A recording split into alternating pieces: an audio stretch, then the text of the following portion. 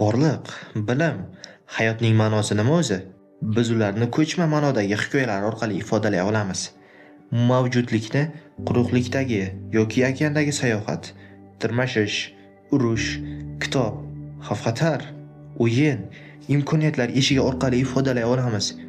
Yoki juda qisqa yonuvchi gulxanga o'xshatishimiz ham mumkin. 2400 yil oldin tarixdagi eng mashhur faylasuflardan biri hayotni g'orda zanjirbandlikka o'xshatgan.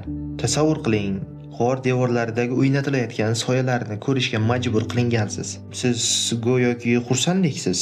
Bu aynan Platon Respublika kitobining 7-qismida g'or allegoriyasida bermoqchi bo'lgan g'oyasi. Yunon faylasufi kitobida mukammal jamiyatni adolat, go'zallik va haqiqat orqali tasavvur qilgan. Allegoriyada bir guruh mahbuslar tug'ilishidan boshlab g'orga qamalgan. Ularda tashqi dunyo haqida hech qanday ma'lumot yo'q. Ular g'or devorlariga boshlarini egmaydigan qilib zanjirlangan. Orqasida esa olov yonib turgan. Olov yordamida devorda odamlar, hayvonlar va boshqa jismlarning soyalari ko'rsatilgan. Mahbuslar soyalarga qarab ular haqiqiyligiga ishonishadi.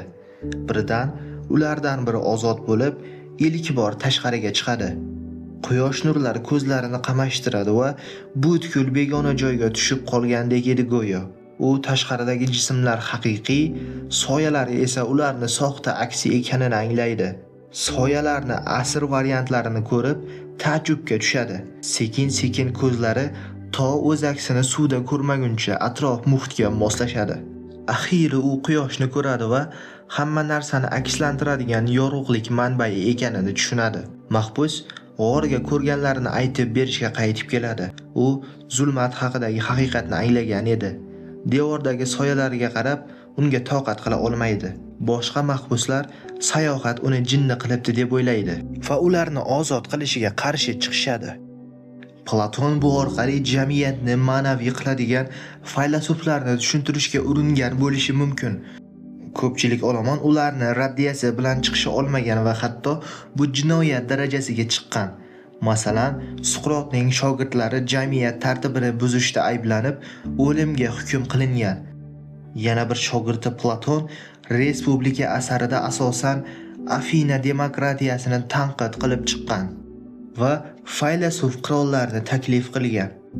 Balki Platon g'or asar orqali jamiyatdagi o'zini boshqara olmaydigan o'jar va qaysar insonlarni tasvirlagandir. Allegoriya 2400 yil mobaynida turli fikrlarni olgan, chunki u juda serma'noli edi. Muhim tomoni, aslida allegoriya g'oyalar nazariyasi bilan bog'liq. Chunki Platon boshqa dialoglarida devordagi soyalarga o'xshagan narsalarni ta'kidlab o'tgan. Bizni dunyomizdagi jismlar ideal dunyodagilarining nomukammal soyasi, masalan, aylana yoki go'zallik. Shunday qilib, g'or ko'plab savollarni tug'diradi. Bilimning manbai, tasvir muammosi va borliqning asl mohiyati shular qatorida. Bu nazariya teologlarga yaratuvchini aqlini tushuntirishga ilhomlantirgan. G'oyalar nazariyasiga falsafiy ko'z bilan qarasak, bu nazariya aniq narsalarni mafhum tushunchalar ostida birlashtirish muammosini ko'rsatadi. Lekin odamlar shubhalanishadi. G'ordan tashqaridagi narsalar haqiqiy ekanligini bila olamizmi? Hayotingizni yashar ekansiz, ko'rayotganlaringiz haqiqiy ekanligiga ishonchingiz komilmi? Bir kun kelib, kichik bir yorug'lik asl haqiqatning kichik bir qismini ko'rsatsa nima qilasiz? Hatto uning badali do'st va oilangiz bo'lsa ham uni qabul qilasizmi? Yoki zavqli va tanish illyuziya bilan qolasizmi? Haqiqat yoki eski holat, yorug'lik yoki soya, yupanchingizdan kechish qiyin bo'lsa, bilingki siz yolg'iz emassiz. Ko'pchilik insonlar unga mahliyo